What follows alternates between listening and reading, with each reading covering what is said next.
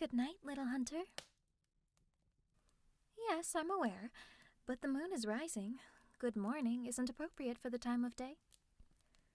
I think you're just looking for excuses to be argumentative with me. Are you starting to adjust to becoming nocturnal? How long have you been awake? Ah, you're doing quite well then. Sorry to ask you to adjust to my sleep schedule, but unfortunately, I'm not capable of adjusting to yours. You didn't know that? It's why I told you we need somewhere sheltered during the day where humans can't find us. It's well known to vampire hunters, which I can take to mean that you truly aren't one. Vampires enter a defenseless state during the hours of sunrise and sunset.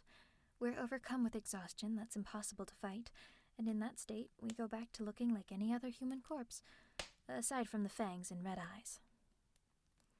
That's a fair question. I'm telling you because I don't fear you. You could kill me if you wanted to, but you could do it while I'm awake, too. And even if we weren't on a truce to locate your friend, I really don't think you would. Simple. You don't hold that look of malice in your eyes. The coldness and the jaded expressions of the handful of hunters I've met in my time isn't even close to your face. Your eyes are softer and gentle. I'd be more frightened by a rabid kitten. It's not an insult. No need to take it as such. Gentleness is a good thing, and a rarity among humans, and vampires for that matter. The world is so dark and hateful. It gives me hope to see humans with eyes like yours. And you were willing to walk right into the nest of what you consider your enemy for someone you love. While it may not have been the most sensible thing, I think it's truly wonderful. Is my capacity for emotional expression really that surprising to you? It's not so hard to find beauty in the world, even after I'm technically gone from it. It inspires emotion in me. I've always thought a poetic death is beautiful, but nothing compares to the stunning simplicity of a blooming rose, or the moon and the stars reflected over a lake. I may be undead by definition, but I've never felt more and lived more than I have like this. I'm not sure the way I feel is something I can put into words for you, but if I had to try, I'd say I feel serene. Of course, there's pressure to protect my colony, but for the most part, this immortal queen is enjoying the most wondrous peace she's ever known. It doesn't bother me. I don't need to drink a lot of blood, and I'm not killing anyone to do so, and therefore it's hardly even an inconvenience. The only thing I really miss is being able to feel warm. Now that what little blood of my own is left in my body doesn't flow, and my heart doesn't beat, my internal temperature is that of a true corpse. You do stop noticing it for the most part eventually, but sitting by the fire always reminds me of what I've lost. Although for what I've gained, I'd say it's a fair exchange.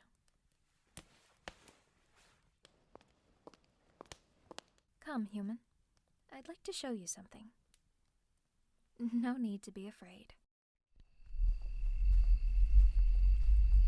When I mentioned stars on the lake earlier, I had a specific place in mind.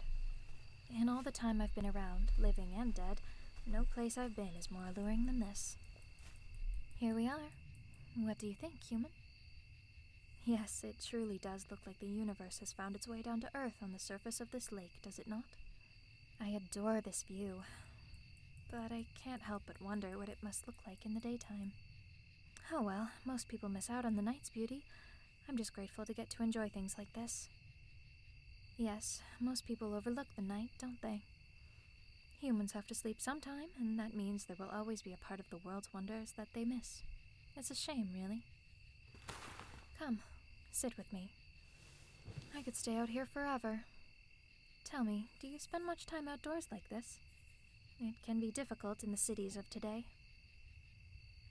Ah, well, maybe this will change your mind. Did you grow up in the heart of a modern city? I'm afraid I find myself quite frantic around that many people. When I still walked among humans, there were nowhere near as many as there are now. I believe, according to today's experts, in my time, humans were still in the millions. How times have changed, Well, it was a very long time ago. I can't say I remember very much. I mean, you try sifting through hundreds of years worth of memories. It's a lot to think about. That makes me wonder, how old are you, human? Cold and vague as ever, I see. I thought you may have warmed up to me a bit more by now, but alas. I wouldn't say I care necessarily, but it would be nice to have a guest who isn't so hostile whenever I ask a question. Speaking of questions, I'm sure you have a few about my little investigation. Well, over the last few days, I've contacted them and asked about the human you described to me. It was difficult to ask questions with no foundation. Vampire lords are suspicious by nature, and I'm not in very good standing with them. But regardless, I have a friend who has a bit more sway than I do, and I had him speak to some of the more aloof of the colony rulers, so I'm quite sure all the information I gained is as accurate as possible. The long and short of things is, if a vampire's meal was made of your companion, it was not a vampire from a colony. It's possible that a vampire who has chosen to strike out on their own is responsible. I would say it's unlikely. A vampire on their own tends to stay away from colonies. Are you absolutely certain a vampire is responsible? All right, I believe you then. In that case, we're forced to turn to human society for the remainder of our search. With your knowledge of the human world and my knowledge of vampires, I'd like to think we have at least some advantage. Oh? Why wouldn't I still help you? Just because we'll be hunting in the world of the living doesn't mean it isn't still a vampire issue. And if there is another creature like myself out there, this close to my territory, it is most certainly my problem and my responsibility. It could affect the safety of my colony. That and I've begun this mission. I'd like to see it through to the end. Oh? Do I need your permission to cross the boundary back to your side of the world? Then please, you who aspires to hunt my kind to extinction, may I return to your cities and walk among your people one last time? I am looking for a missing human who may be in danger, so I've been told, and I would greatly like to see them make a swift and safe return. Would that be all right with you, O great guardian of the living? I'll be taking that to mean yes. Well then, I'd be happy to help you. My friend. Oh, please. There are plenty of historical people who have become friends despite being on opposite sides of their wars. Why is this any different? I have respect for you, and you've reminded me that there are still good humans. Yes, that may be so, but if you do kill me, I don't believe it would be from malicious intent. Call me a bleeding heart, but I have empathy for those fighting for causes they believe in, even if it's counter to my own. I'm sure if a human's dinner could eradicate a threat, it would. It's unfair to judge you for doing the same when you have the awareness to do so. Yes, I've been called strange before.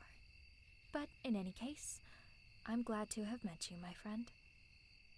I promise we will find who you're looking for. Perhaps then you'll hate me slightly less. Come on now, no time to waste. I'll inform my subjects that I'll be leaving for a time. I have a few advisors to whom it's going to take some convincing to let me leave the castle. I can only do as I please to a certain degree. My advisors are quite protective of me, and they know how weak my body is. I was unwell as a child in my life, and I remained that way until I died. But oh well, no more colds for me. Just considerably low strength and stamina. It's interesting what follows you into death and what doesn't, isn't it? Yes, I spent most of my time inside. Back in my day, as they say, it was considerably easy to catch an illness and much more difficult to cure. So my family kept me confined in the house. It does make me appreciate what I have now more than I otherwise would, though. Careful now. If you say things like that, I might start to think you have some sympathy for me.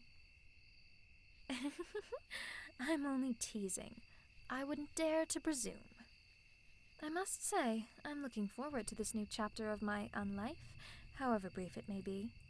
It's always a little exciting to venture into the unknown, and with a human as my guide, no less. It might even be fun.